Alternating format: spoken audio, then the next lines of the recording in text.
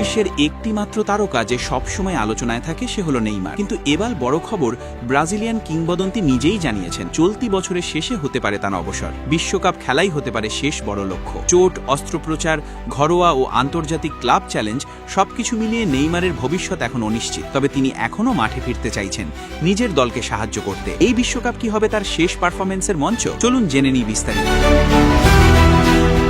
ফুটবলের এক অন্যতম বড় তারকা নেইমার জানিয়েছেন 2026 সালের শেষে হতে পারে তার অবসর। তবে তার আগে তার লক্ষ্য স্পষ্ট, বিশ্বকাপে খেলতে চাওয়া। এই সিদ্ধান্তে তার অনিশ্চয়তা মূলত চোটের কারণে, যা তাকে দীর্ঘদিন মাঠের বাইরে রাখেছে। নেইমারের পেশাগত যাত্রা দীর্ঘ ও বৈচিত্র্যময়। বার্সেলোনা এবং প্যারিস সান-জার্ম্যানের হয়ে খেলার পর 2025 সালের জানুয়ারিতে তিনি ছোটবেলার ক্লাব স্যান্টোস এফসিএ ফেরেন। তার আগের ক্লাব আল হিলালকে বিদায় দেন। নেইমার যখন সান্টোসে যোগ দেন, প্রথম মরশুমেই পড়েন চোটে। তবে চুক্তি প্রসারণের মাধ্যমে তিনি 2026 সালের শেষ পর্যন্ত দলের সঙ্গে থাকেন। কিন্তু ডিসেম্বরের শেষ দিকে হাঁটুর অস্ত্রোপচার করাতে হয় তাকে। ব্রাজিলের অনলাইন চ্যানেল ক্যাজেকে তিনি বলেন, আমি জানি না এখন থেকে কি হবে। আমি পরের বছর নিয়েও নিশ্চিত নই।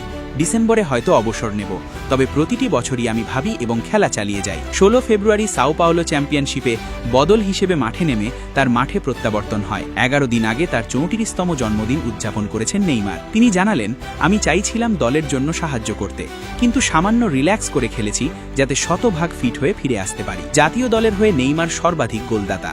তার গোল সংখ্যা 79টি, যা পেলের রেকর্ডকে 2টি গোল দিয়ে ছাড়িয়ে গেছে। তবে 2023 সালের অক্টোবরে উরুগুয়ের বিপক্ষে গুরুতর হাঁটুর চোট পাওয়ার পর থেকে তিনি জাতীয় দলে খেলেননি। এরপর মে মাসে কার্লো অ্যাঞ্চেলট্টি ব্রাজিল দলের কোচ হন এবং নেইমারকে এখনও দলে ডাকেননি। নেইমার আরও জানিয়েছেন, এই বছর আমার জন্য খুব গুরুত্বপূর্ণ, শুধু সান্তোসের জন্য নয়, ব্রাজিলের জাতীয় দলের জন্য, কারণ এটি বিশ্বকাপের বছর আর আমার জন্য এটি বড় চ্যালেঞ্জ। চোটের ইতিহাস, ক্লাব পরিবর্তন, অবসরের ভাবনা সব মিলিয়ে নেইমারের ভবিষ্যৎ অনিশ্চিত।